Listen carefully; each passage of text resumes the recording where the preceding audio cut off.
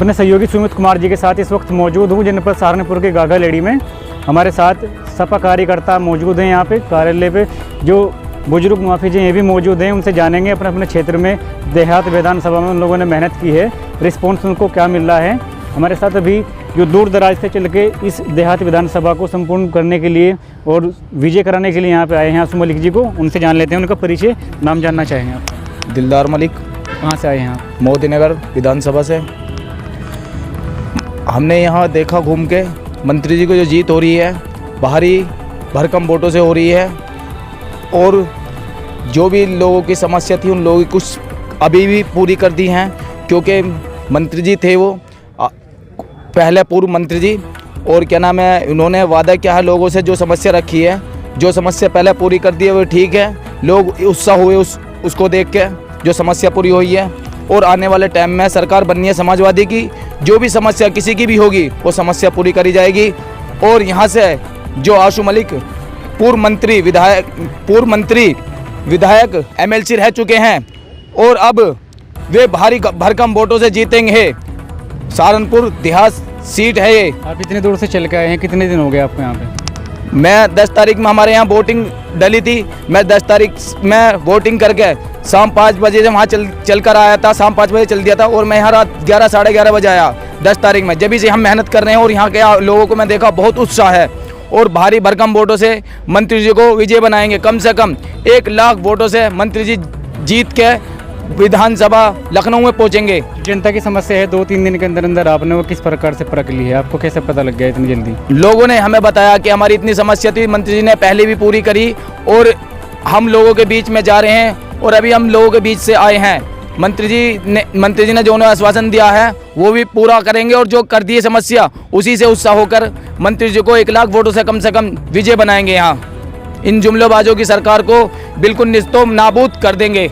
दूर दूर से यहाँ से जो है कार्यकर्ता चल के आए हैं, दूर दूर से सहारनपुर देहात विधानसभा को जिताने के लिए। समस्या उनको पता नहीं है जनता की क्या है यहाँ पे, बस वो जिताने के लिए आ गए हैं। उनसे भी अभी और सम्मानित गण हमारे साथ मौजूद हैं, परिचय जानना चाहेंगे। भानु प्रताप सिंह, मैनपुरी सदर। मैं माननीय मैनपुरी से उत्तर प्रदेश से, जहाँ से माननीय नेताजी कर्मभूमि और जन्मभूमि है। आज समाजवादी विचारधारा के साथ और इस देश की सबसे बड़ी प्रदेश उत्तर प्रदेश में जो सेकंड चुनाव राउंड का जो चुनाव है, उसमें माननीय आशू मलिक जी को, उनकी विचारधारा को, उनके विकास की शैली को और उनके कार्य और व्यवहार को देखते हुए इस प्रदेश में और इस सहारनपुर विधानसभा देहात की संपूर्ण जनता ने उनको तन मन से सहयोग किया है, और सहयोग करने के लिए उनको आश्वासित किया है। आपने समस्या देखी है जनता की? और जो इस समस्या सुनी है आपने? जनता की समस्या सुनी है आपने? जनता की जो समस्याएं हैं, क्या समस्या बताई जनता ने? जनता की जो 3 से 4 मुद्दे हैं, 3 मुद्दे थे और चौथा भारतीय जनता पार्टी ने और बना दिया। बेरोजगारी थी, दवाई थी, पढ़ाई थी और सिंचाई थी। सिंचाई का काम माननीय अखिलेश यादव जी ने आश्वासन दे दिया कि सरकार बनेगी, इस किसानों को सारी सिंचाई का पानी फ्री दिया जाएगा, बिजली फ्री दी जाएगी।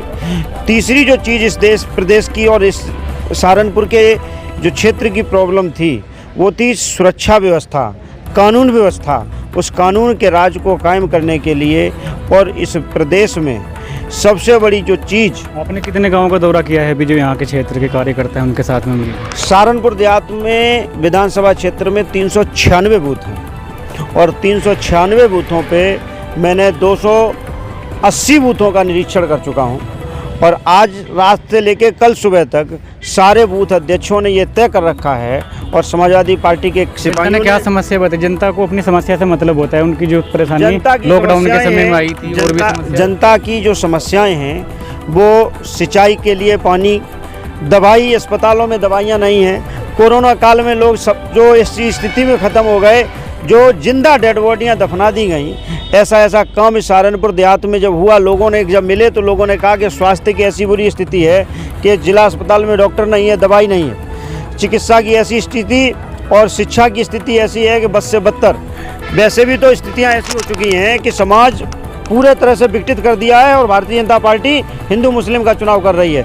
जबकि समाजवादी पार्टी के लोग और समाजवादी पार्टी के राष्ट्रीय अध्यक्ष जी ने आश्वासन किया है कि अब ये चुनाव हिंदू मुस्लिम नहीं होगा, देश के और प्रदेश के विकास का चुनाव होगा और इस विकास के चुनाव को सबसे मद्देनजर रखते हुए आगे ले जाएंगे।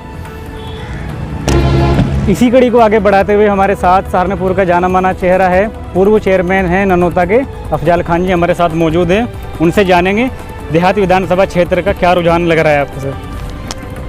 देहात विधानसभा में एक तरफा चुनाव गठबंधन का है और किसी का कोई मुकाबले में नहीं हैगा, चाहे कोई बीएसपी वाला हो चाहे कोई भाजपा वाला हो, क्योंकि भाजपा का जो कैंडिडेट है वो बीएसपी छोड़ के आया। भाजपा जो बीएसपी के लोग हैं, जो उसका कोर वोटर होता था कैंडिडेट का, वो उनसे बहुत नाराज़ है, उन्हें कोई वोट नहीं दे रहा। और जो बीएसपी का बेस वोट है एससी समाज, वो भी 25-30% वोट 50% के लगभग गठबंधन को मिलने का काम हुआ। एक वीडियो वायरल हुई थी, चेयरमैन साहब मंच से उतार दिया गया था एक मुस्लिम समाज के व्यक्ति को।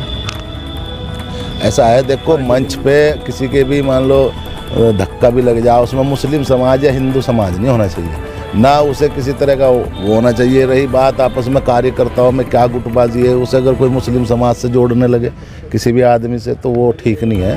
ये तो चलता रहे, मंच पे सब जगह ऐसा ही होता है और इसे कोई मान लो समाज से नहीं जोड़ना चाहिए। और भी सम्मानित गण हमारे साथ मौजूद हैं, उनसे भी जान लेते हैं। रोहित जी हमारे साथ मौजूद हैं, उनसे जानते हैं अपने अपने क्षेत्र में आपने फील्ड वर्क किया है, क्या रुझान आपको लग रहा है? देखिए, सबसे पहले तो मैं आपके चैनल के माध्यम से पूरे प्रदेशवासी और जो सेकंड चरण का चुनाव होगा उसमें सहारनपुर का जनपद का भी चुनाव है, तो सभी मतदाताओं को हार्दिक शुभकामनाएं देना चाहता हूं कि लोकतंत्र के पर्व में अपने मत का प्रयोग करें और हमारे आदरणीय राष्ट्रीय अध्यक्ष अखिलेश यादव जी द्वारा जो समाजवादी पार्टी के मैनिफेस्टो में जो विभिन्न तरह के तमाम तरह की जो सुविधाएं देने का जो वादा किया है, आपने ये देखा होगा कि पूर्व की सरकार में भी राष्ट्रीय अध्यक्ष जी ने जो वादे जनता ने आपको क्या कोई समस्या ऐसी बताई है जिससे आप वो हों और जनता की समस्या का निवारण करेंगे? फिर कोई समस्या बताएं जनता ने जो आपको। मैं वहीं आ रहा हूँ, तो जो राष्ट्रीय अध्यक्ष जी ने मैनिफेस्टो में जो वादे किए वो उनको लगातार पूरे करेंगे। जो सहारनपुर क्षेत्र की समस्या की बात करूँ तो यहाँ पर स्वास्थ्य की सबसे बड़ी समस्या है, क्योंकि एक हॉस्पिटल है, मिनी पीजीआई है, उसका भाजपा सरकार ने एक रत्ती भर भी काम नहीं किया। और सेकंड बेरोजगारी का सबसे बड़ा मुद्दा है। और भी सम्मानित गण हमारे साथ मौजूद हैं, उनसे भी जान लेते हैं, नाम जानना चाहिए। मेरा नाम मुबारक अली सर। कौन से गांव से आते हैं? नलहेड़ा गाजी। सभी पार्टी अपने अपने घोषणा पत्र जारी करती है या फिर कार्यकर्ता अपनी तरफ से उत्साह होकर खुश होकर कहते हैं जनता को कि आप हमें हमारी पार्टी को या हमारे कैंडिडेट को वोट दो, हम आपको इस तरह से सेवाएं देंगे। तो आपने किस प्रकार से अपने क्षेत्र में जाकर जनता को? देखिए, इन लोगों के पास जो सरकार अब वर्तमान में चल रही है, केंद्र की हो या स्टेट यूपी की हो, तो इनके पास कोई रोजगार का मुद्दा नहीं है। 2019 में एक पेपर भरा गया था ग्रुप डी का, उसका आज तक कोई पेपर नहीं, ना कोई एग्ज़ाम की हो। तो इनके पास अभी पेपर यूपी टेट का हुआ था, वो लीक हो गया। इनके पास पेपर लीक हो जाते हैं, मतलब ये जनता को वैकेंसियाँ निकालते हैं और उसे पूरी नहीं करवाते। देखिए, हमारे जो राष्ट्रीय अध्यक्ष अखिलेश यादव जी ना लड़कियों के लिए केजी से पीजी से केजी तक शिक्षा मुफ्त और किसानों के लिए 15 दिन के अंदर गन्ने का पेमेंट और 1-2 पहिया वाहनों के लिए 1 लीटर पेट्रोल की व्यवस्था। और इन सरकार में 500 रुपये प्रति माह पेंशन थी। अब हमारे राष्ट्रीय अध्यक्ष जी ने कहा है कि हम 18,000 रुपये वृद्धा पेंशन बढ़ाएंगे।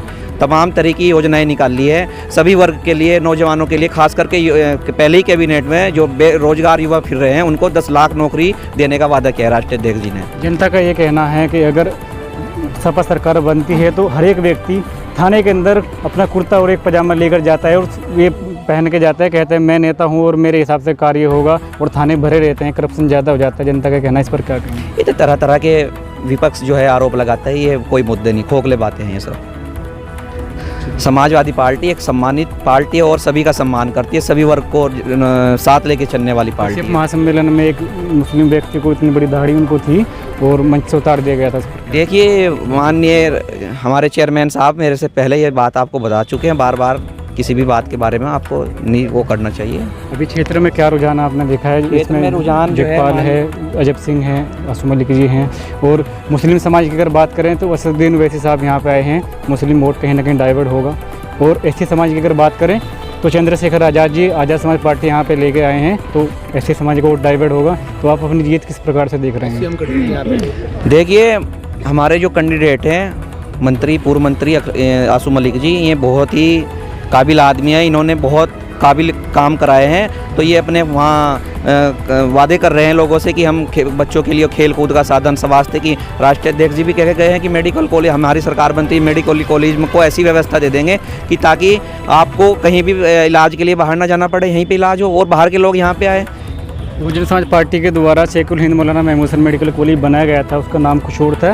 दूसरी बार फिर जब ये सरकार आई थी, सपा सरकार, उसने इसका नाम रखा था Sheikh ul Hind Maulana Mahmood Hasan medical college. AIIMS में तब्दील वो तब भी नहीं हुआ था। इस पर क्या? देखिए, मैं पहले ही बता चुका हूँ, अगर माननीय अखिलेश यादव जी भी और आसू मलिक जी भी ये कह चुके हैं, अगर सरकार बनती है तो यहाँ पे स्वास्थ्य की जितनी भी परेशानी है सब दूर हो जाएंगी। समय पर सरकार थी, सिर्फ नाम चेंज हुआ था इसका, शेख उल हिंद मौलाना महमूद हसन मेडिकल कॉलेज बना दिया गया था।